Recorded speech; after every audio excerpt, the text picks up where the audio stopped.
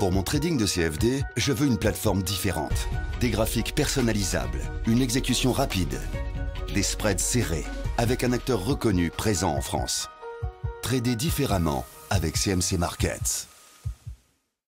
Salut, c'est Trado, je suis content de vous retrouver après 3 jours d'absence pour une nouvelle analyse technique de l'indice parisien et je vois qu'à mon retour, le CAC abandonne 1,22%. Il est donc temps d'y mettre un petit peu le nez. Il semblerait bien que pendant ces 3 jours, les choses se soient un petit peu décantées et plus que jamais, il semble également que nous soyons face à un simple rebond technique pour l'instant. Regardez, on a eu lors de ces 3 séances du mal à progresser de quelques points et en l'espace d'une demi-séance de cotation, on a abandonné tout le terrain gagné et on vient une fois de plus tester la médiane de la fourchette d'Andrews noire que je viens de faire figurer ici et en même temps on casse le SAR et ça ce n'est pas anodin. Alors chaque chose en son temps, regardez un petit peu ça. Nous avions une fourchette d'Andrews noire ici. Les fourchettes d'Andrews, je vous rappelle que j'ai fait un e-book là-dessus. Vous prenez 3 points extrêmes, un plus haut, un plus bas, un plus haut et vous tracez une fourchette d'Andrews. Enfin en vérité ça se trace automatiquement. Et vous avez la médiane là qui constitue l'objectif naturel des fourchettes d'Andrews. On voit que la médiane a été sollicitée une fois, 2 fois, 3 fois. La 3e fois en fait c'était celle d'aujourd'hui et heureusement pour l'indice parisien cette fameuse médiane tient et le support tient. Il demeure que a priori, même si j'ai été assez éloigné des marchés pendant 3 jours, je fais le pari que demain jeudi il y aura un nouveau test de cette médiane. Tant qu'on se maintient au-dessus de cette médiane, on a toutes les chances de continuer à faire des rotations entre la médiane et la partie haute de la fourchette d'Andrews, c'est-à-dire ainsi.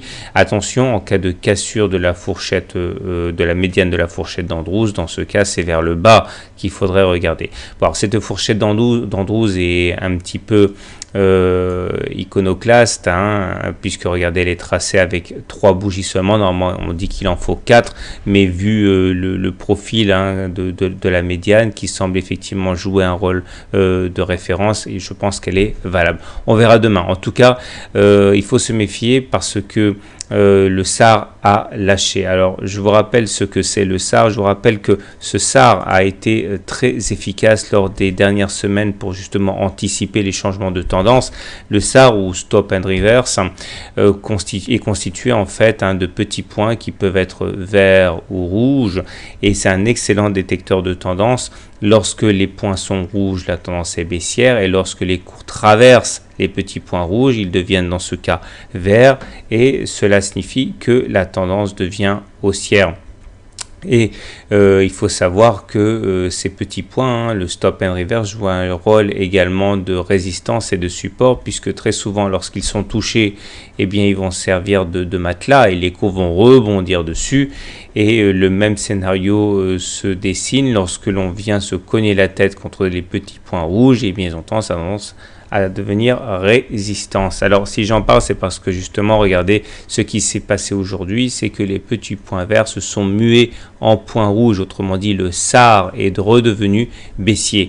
Et encore une fois, même si la baisse n'est pas toujours au rendez-vous, il est exceptionnel qu'on ne fasse pas de plus bas après avoir cassé le SAR. La dernière fois que ça s'est produit, c'était là. Les petits points verts se sont mués en points rouges, le SAR est devenu baissier.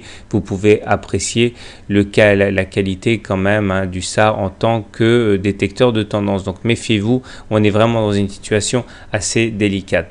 Maintenant, les indicateurs techniques ne font que confirmer en fait ce qu'on vient de dire. Le TRIX, qui est un petit peu l'indicateur lourd, lui commence tout juste à se remettre de la baisse et rebascule en haussier. Alors effectivement, au regard de cet indicateur, on devrait repasser en tendance haussière, mais c'est un petit peu maigre compte tenu de tous les indicateurs qui commencent au contraire à piquer du nez. Le stochastique aujourd'hui casse son signal à la hausse.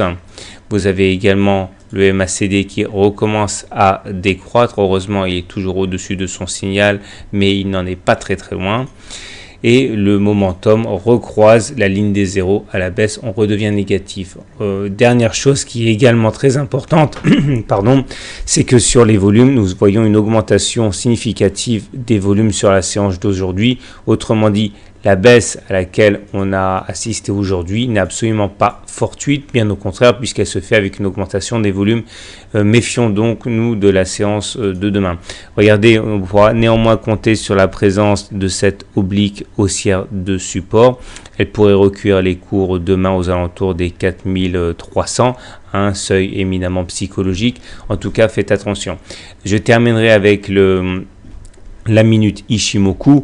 N'oubliez pas qu'au regard de ce système, nous n'avons jamais quitté la tendance baissière depuis le 8 juillet 2014. Autrement dit, les cours sont toujours en dessous du nuage. Et c'est confirmé par le fait que la Chinku soit en dessous des prix. Donc à ce niveau, aucun doute, la tendance est baissière. En plus, nous nous retrouvons avec une situation où nous sommes en dessous de la Tenkan, qui jouera comme une résistance, il ne faut pas en douter, et de la Kijun, qui elle aussi jouera comme résistance en cas de hausse.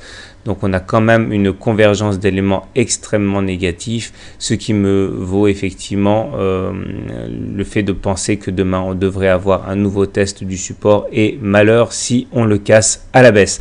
Je vous souhaite une bonne journée, de bons trades, et je vous dis à demain pour la mise à jour.